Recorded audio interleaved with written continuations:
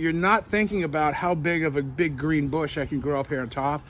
As a grower, I'm thinking about how big of a root bundle can I get grown underneath. We're down at the co-op, and we had some vines down here that died.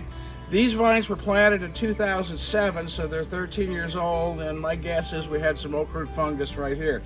What we do is we're going to replant. 110R is what we call a rupestrus. A rupestrus is a taproot system. It wants to go down, find water, and once it finds water, then it stops, it's happy. The other main category that we deal with is a riparian. Riparian was originally evolved from stream beds. So the root system doesn't want to go down, it wants to lay out flat and go out like this because it's in a high water plane. You make a decision on root based upon whether you know you're going into very arid conditions or you're going into wet soil conditions. I would put a riparian root if I had a high water table. I would put a rupestrus root on a hill where I know I don't have ongoing water. 110R is a very vigorous root, and it's a drought resistant root, so you get a lot of growth out of this and without a lot of need for water. Right here, we got a relatively high water table because Sassoon Creek is right there, and it sits maybe at about 8 feet. So what happens is this root will grow down, and we have to water it the first year or two. It's going to grow down, it's going to find that water table. From that point forward, just dry. This hasn't been watered for 18 years. During phylloxera, what the researchers understood was the phylloxera was coming from the United States on cuttings they had taken back over there. It didn't exist in Europe, so they came back to the United States thinking that whatever native grapevine survived here was resistant to phylloxera because it existed here. And so then they started doing a bunch of breeding. In this process, this all was done in the late 1800s. We have about 130, 140 resistant rootstock that have been created around the world. And you put your hand around it like that, and then you just clean it up. If you got any, like here, this is a node, but see these little things here, this stick would have been planted in the ground. Well, this node started to root. So I want those off of there because I don't want suckers coming up all around the base of the plant. And so I'm going to take those off right now. I'm going to put a root in the ground.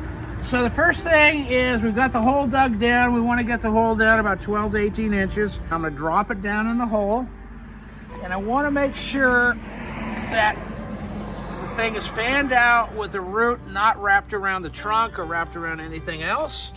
And then I'm just going to start to feather some dirt down into there.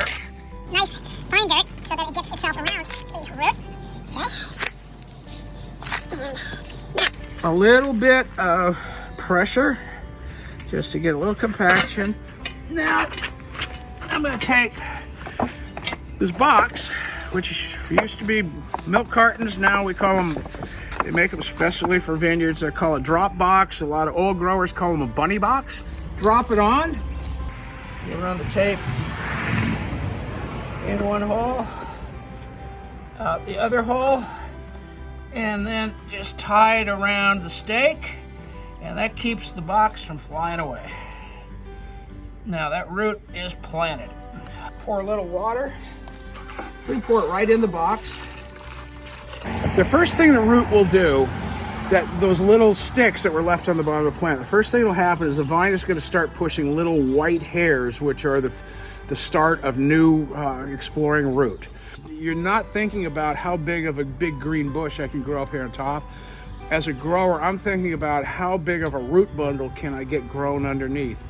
If you pan over to this vine over here, I can't put that fruit and that amount of canopy up on top of a little stick with no root development. It'll collapse.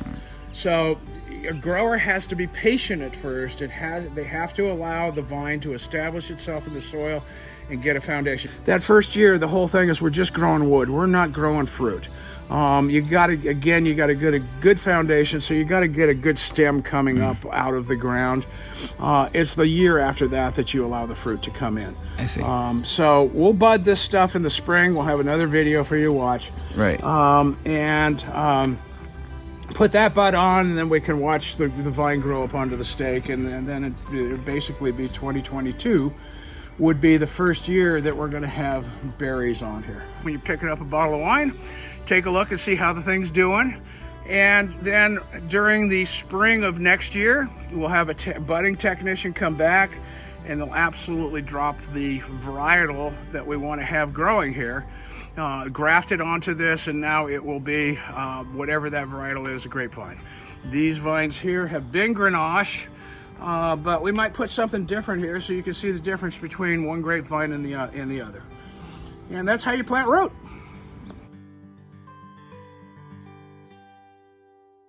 What should we call them? Do we get names? If you want to, you name them, and then Yeah. we'll go by those names for the next couple of years. I like it. I mean, it could be frickin' frack or whatever you want to call it. I like it.